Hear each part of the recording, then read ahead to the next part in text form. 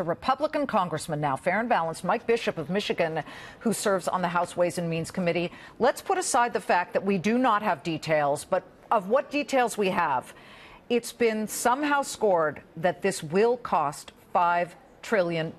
We keep hearing, sir, that the president's saying $4 trillion. It'll bring in $4 and $4.5 trillion, what have you. That still does not pay for the tax cuts. What fiscally conservative part of this do you want our viewers to see here?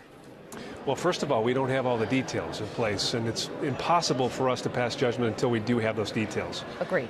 I'd also say that, this is about growth, putting this economy in a position for growth. And as a fiscal conservative, I would rather have money in your pockets, in the pockets of job providers, than I would the federal government. It's gone upside down over the past years. It's been 31 years since we've had any kind of tax reform. We're long overdue, and all this speculation is all part of the grand scheme to torpedo this before it comes out of the gate, and it's unfair. I challenge these critics when it comes to this final document that we're going to vote on. I challenge them to vote against it if it does what we think it's going to do, which is to create a substantially improved economy. Is it encouraging at all? I don't know if you heard the interview with the Democratic Representative Higgins. Is it encouraging at all that he said he's for 20% corporate tax level, a tax rate there? It seemed that he's on the same page, at least, in feeling that that would spur jobs and certainly be helpful to the middle class. Everyone knows that this will be helpful to their constituents. This is something that all members, regardless of your party affiliation, this is going to come down to politics and not policy. Unfortunately, it's whether or not Nancy Pelosi lets her members vote on this. And if they do, if they're allowed to vote their conscience, I can guarantee you this will be bipartisan and it will be overwhelming. If they listen to their constituents who no doubt would absolutely want a tax cut so that they can put money, as you said, in their pockets to spend as they will.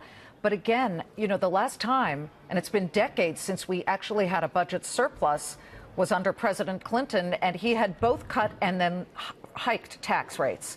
As you may remember, we're starting to see better growth right now in these first couple of months of President Trump's administration here, and we're still below 3% growth.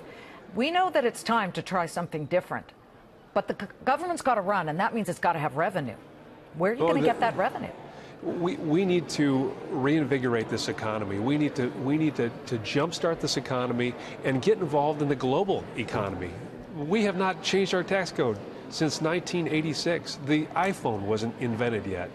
It's time that we do that, make our environment here more competitive, bring the money back that's parked overseas, get our job providers ready and willing to invest in their company and to grow their business, to hire people, to pay their workers more.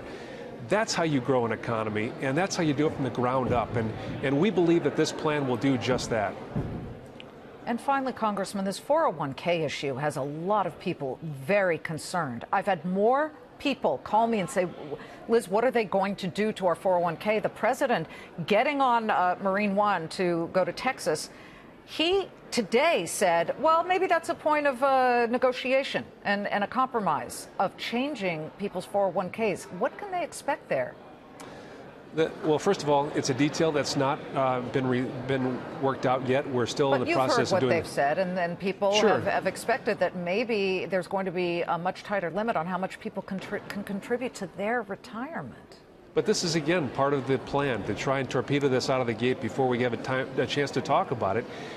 The goal of this committee, the Ways and Means Committee, is to create an environment that will allow families to save more, to earn more and save more. That's our goal. We don't have any interest in putting our families in a position that will be detrimental to their future and to their family's future. Yeah, and to the economy, because if they get in trouble in their retirement, they're going to go for help from the government, and that costs money, of course, for all of us.